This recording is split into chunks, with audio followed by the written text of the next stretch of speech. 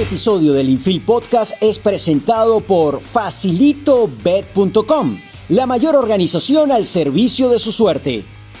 Y también por Multiviral, vitaminas y minerales. Y también por Camambet, el parlay de siempre.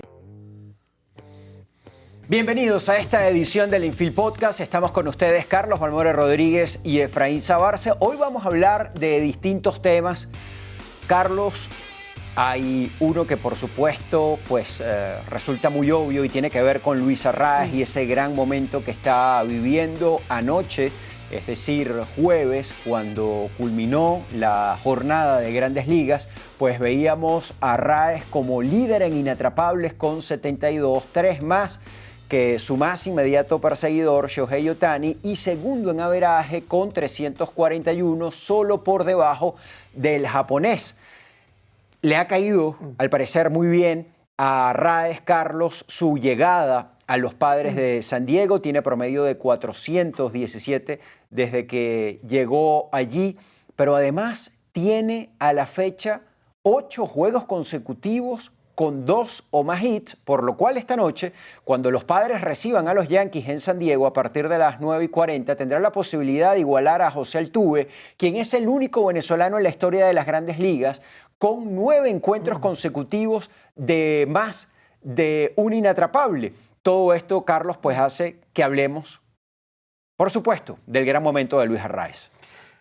Excepcional lo que ha ocurrido con la carrera de Luis Arraez, 2 veces campeón de bateo en circuitos diferentes y ya está luchando por la posibilidad de un tricampeonato de bateo seguido, algo que solo ha estado al alcance de los grandes chocadores en los archivos de las Grandes Ligas, de gente como Tony Gwynn, por citar un ejemplo. Y es fenomenal Arraez, porque Arraez no encuadra en los fetiches de las estadísticas actuales en el béisbol. Es decir, Arraez no es un jonronero, Arraez no es un hombre que le imprima gran potencia a sus conexiones, su porcentaje de batazos fuertes es bastante bajo. Su swing es considerado lento y aún así él es capaz de golpear la pelota hacia donde quiere, a su gusto, a su voluntad y con la parte más ancha del bate. Hay una nota muy interesante en Major League Baseball sobre ese particular y de cómo hay esa aparente contradicción, ¿no?, entre alguien que mueve el bate con relativa lentitud. De hecho, es uno de los que tiene la velocidad de bate más baja en las Grandes Ligas y aún así puede pegarle a la pelota con el barril del madero y llevar la bola hacia territorio de nadie. La verdad es que es digamos, un pelotero en ese sentido que rompe los paradigmas actuales, porque definitivamente tiene éxito, definitivamente llama la atención por esos promedios altos en una época de bajos averajes. Es un caso de estudio, ciertamente, Luis Arraez, un pelotero que nunca tuvo estatus de prospecto porque no era buen corredor, porque no era un atleta en toda la extensión del término. Al principio ni siquiera había sido considerado para la firma. Tuvo José León, el scout de los Mellizos de Minnesota, que hablar con sus jefes para insistir en que lo firmaran y ir León a Yaracuy a buscarlo otra vez, por donde había vuelto a su lar natal Arraez después de creer que había fracasado en su intento de convertirse en pelotero profesional. Y aquí está Luis Arraez, pues con ese promedio de 341 segundos en las Grandes Ligas. A propósito de lo que dices, hace un par de años en Minneapolis, en el Target Field, un scout de los Mellizos de Minnesota me aseguró que si la oportunidad de firmar a Luis Arraez se hubiese presentado ese año, o en esta época, Luis Arraez no hubiese sido firmado, precisamente por lo que dices anteriormente, porque no es un swing rápido, porque no es alguien que genere fuerza, porque no es un corredor rápido, nunca lo ha sido, tampoco es un fildeador excelso, y estas cosas pues hacen que en este momento hagan difícil la firma de un pelotero, aún más que ya en aquella ocasión, de un pelotero de sus características. Es la capacidad de chocar la pelota como nadie muestra en este momento en las grandes ligas, y no solamente chocarla, sino chocarla con habilidad, y por eso pues es comparado, a propósito de su llegada a los Padres de San Diego, nada más y nada menos que con el miembro del Salón de la Fama, Tony Gwynn. Hay un punto que hay que considerar y que tú tocabas de manera somera en tu intervención, Carlos, y tiene que ver con lo que representa en este momento batear 341, para ser exactos, con respecto a lo hecho ayer en ese último encuentro antes de grabar esta edición del Infield Podcast por Luis Arraez. Estamos hablando de la época en la cual batear para averaje resulta más difícil que en casi cualquier otro año en la historia de más de 140 temporadas de las grandes ligas. El averaje en este momento de las mayores, hoy cuando grabamos esta edición del Infield Podcast, es de 240. Es el más bajo desde 1968, que es considerado en la historia de las grandes ligas como el año del pitcher. Aquella temporada, recuerdan, de Bob Gibson con 1.12 de efectividad, los 30 ganados de Denny McLain, en fin, una cantidad de cosas durante ese año que hicieron que aquella temporada fuese denominada como ya hemos mencionado. Vale decir entonces, Efraín, que la eliminación de los Chiefs no está funcionando. Para los propósitos de Major League Baseball, no. Para que tengan una idea, determinar la temporada con el averaje que tiene hoy, 240, sería la cuarta campaña en la historia de las mayores con promedio más bajo. Y en ese contexto, entonces nos encontramos a un Luis Arraez que tiene averaje hoy, ya cuando estamos en el segundo cuarto de la temporada, de 341. Batear 341 en cualquier época de las grandes ligas ha sido difícil, ha sido complejo, ha sido algo a destacar, pero más en este momento, y por eso pues hemos querido, por eso y otras cosas, hemos querido dedicarle este segmento de esta edición del Infield Podcast a el pelotero ahora de los Padres de San Diego. Facilito Bet paga fácil y seguro a diario. Entregamos en tiempo récord los 365 días. Dile sí a tu suerte. Entra en facilitobet.com, regístrate y comienza a jugar y a ganar. Facilitobet.com. Cobra fácil, cobra seguro. Otro tema de interés en el mundo del béisbol por estos días es el anuncio de las sedes que albergarán al Clásico Mundial de Béisbol en 2026. Recuerden, venimos de un exitosísimo torneo en 2023 con grandes cifras de asistencia, de audiencia a través de la televisión, con un ambiente realmente festivo. El clásico pareciera haberse instaurado dentro de la cultura del béisbol en el plano internacional, y Major League Baseball entonces esta semana anunció las sedes para la versión de 2026. Eso incluye a San Juan de Puerto Rico, a Tokio, que ha sido una sede durante todas las ediciones. Se incorpora el Minute Maid Park de Houston y por supuesto va a estar el Lone Depot Park de Miami, que fue el epicentro del clásico en el torneo anterior. Por eso las etapas finales del Clásico se van a desarrollar justamente allí porque fue un rotundo éxito, prácticamente llenos todos los compromisos que se desarrollaron allí en la casa de los Marlins de Miami, para envidia de los propios Marlins, un equipo que no convoca gente. Sin embargo, pues el Clásico sí concitó gran interés y por eso se mantiene la sede de Miami para la próxima edición del Clásico Mundial, Efraín.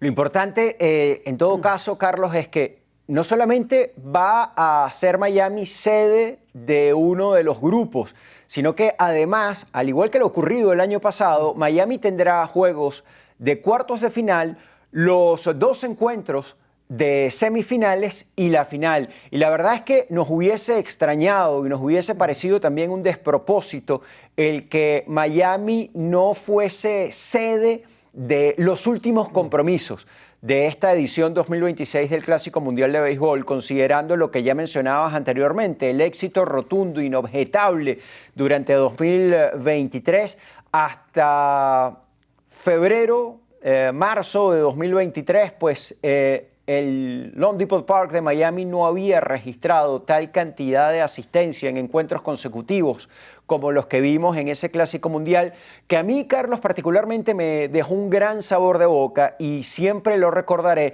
porque hasta el momento yo creo que no he visto algo más impactante en un terreno de béisbol como el desenlace del Clásico pasado, como ver a Shohei Ohtani cerrar el encuentro como closer, precisamente como cerrador, buscando el salvado en la final, como si se tratara de la mejor versión de Mariano Rivera, como si fuese un Trevor Hoffman en sus mejores momentos, es decir, como si Shohei Ohtani hubiese estado acostumbrado a cerrar encuentros, como si ese fuese un rol para él habitual, no solamente por el hecho de venir a salvar un compromiso, sino además considerando lo que significaba para la selección de Japón ese compromiso y además los bateadores que tuvo que enfrentar, Jeff McNeil, Mookie Betts y Mike Trout, a quien terminó ponchando para sellar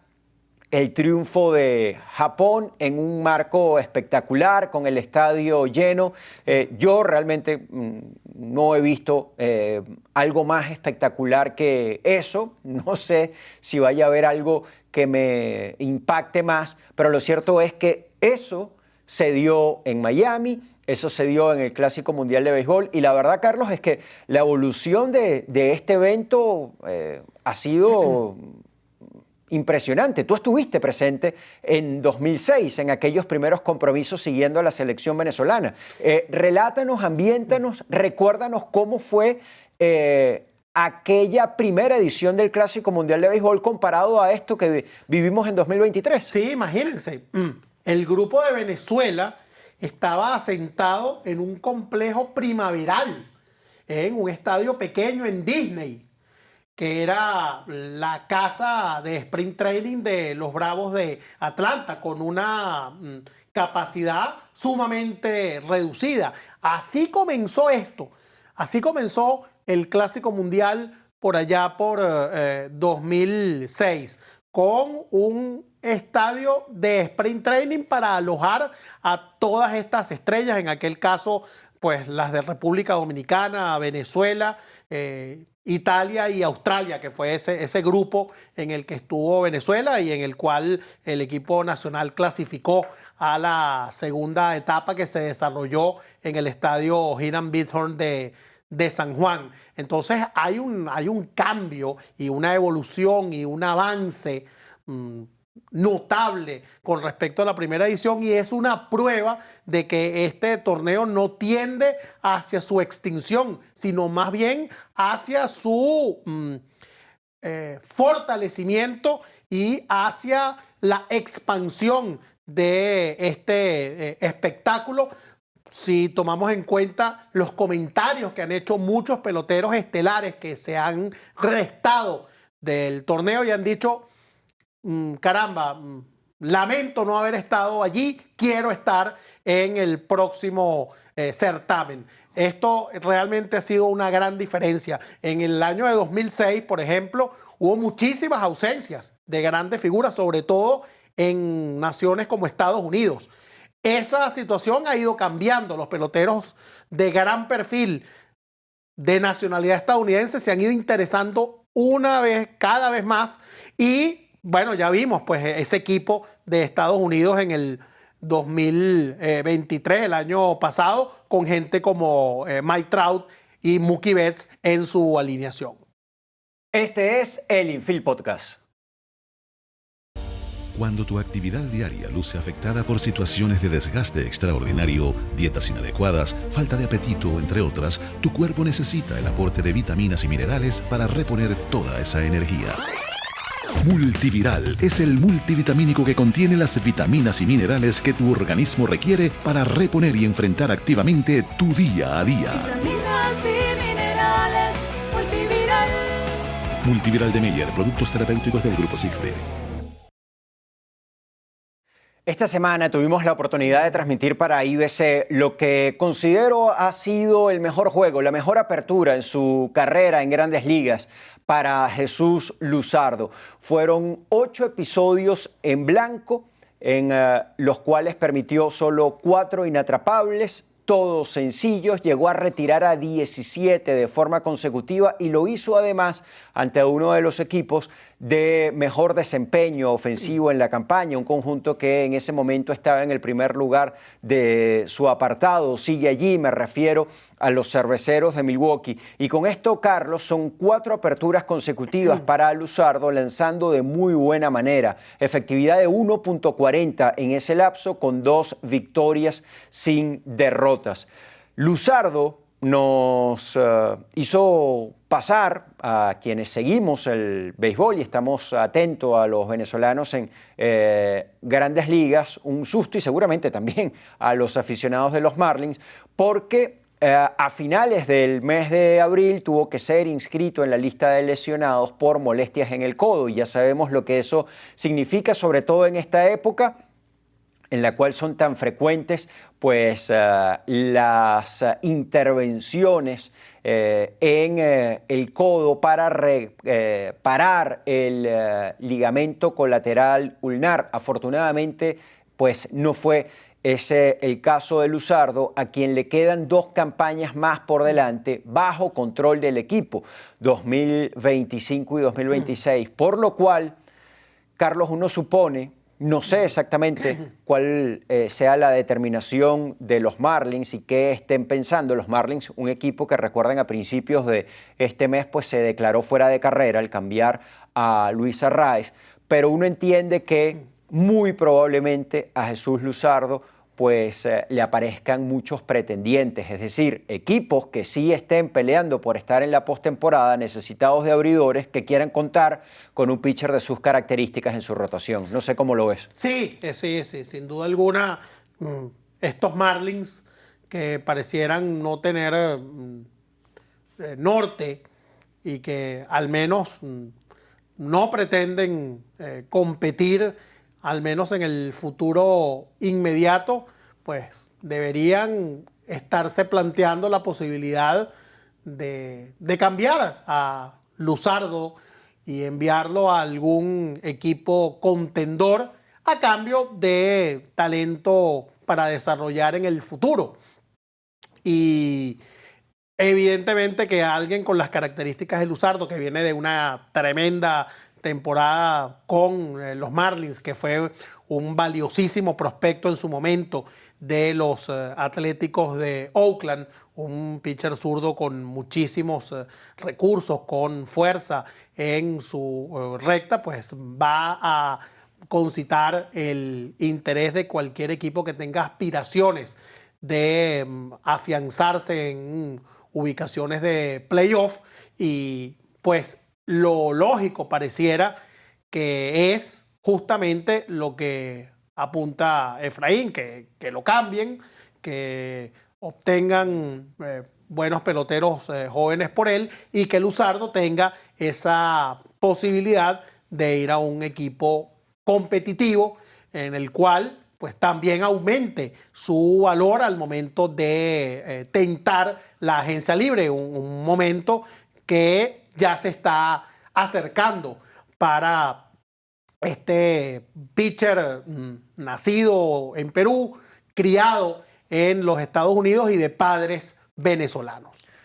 8 innings fue su salida, repetimos, en blanco frente a la ofensiva de los Cerveceros de Milwaukee. A ver cómo le va en su próxima presentación y a ver qué equipos podrían estar interesados en él y si los Marlins pues estarían dispuestos a cambiarlo, podrían pedir mucho, considerando no solamente que es un lanzador talentoso, que está viviendo un gran momento, que como dice Carlos, viene de una muy buena temporada, la de 2023 ha sido sin duda la mejor para él en lo que va de Grandes Ligas y que está bajo control del equipo para las temporadas 2025 y 2026, es decir, faltan todavía 2 años y medio para que él pueda declararse agente libre. Este es el Infield Podcast.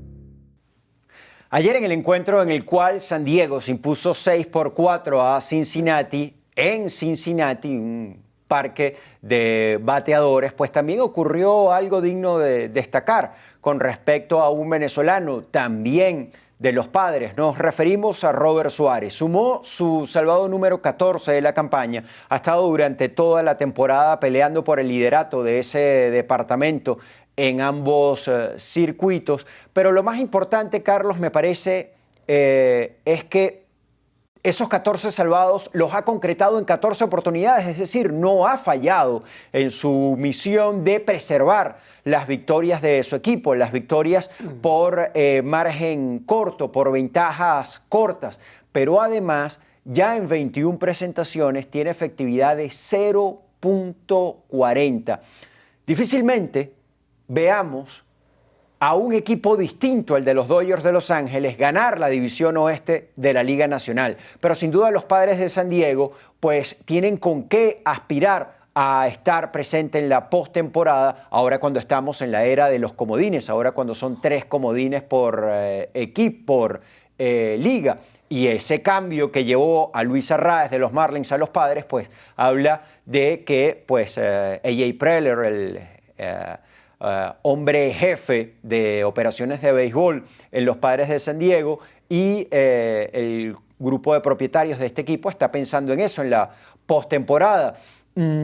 ¿Cómo ves, Carlos, la actuación hasta ahora de Robert Suárez y qué podemos esperar de San Diego de aquí en adelante? No, es excepcional lo de Suárez, ¿no? Con menos de 0.70 de whip.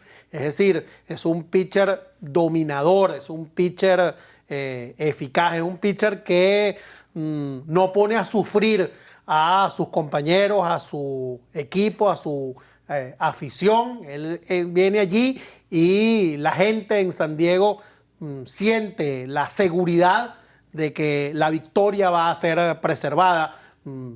Robert Suárez es líder en juegos finalizados en su circuito con 20 y su dominio ha sido manifiesto. Hay cosas que llaman la atención en él. Robert Suárez es un hombre que toca las 100 millas por hora.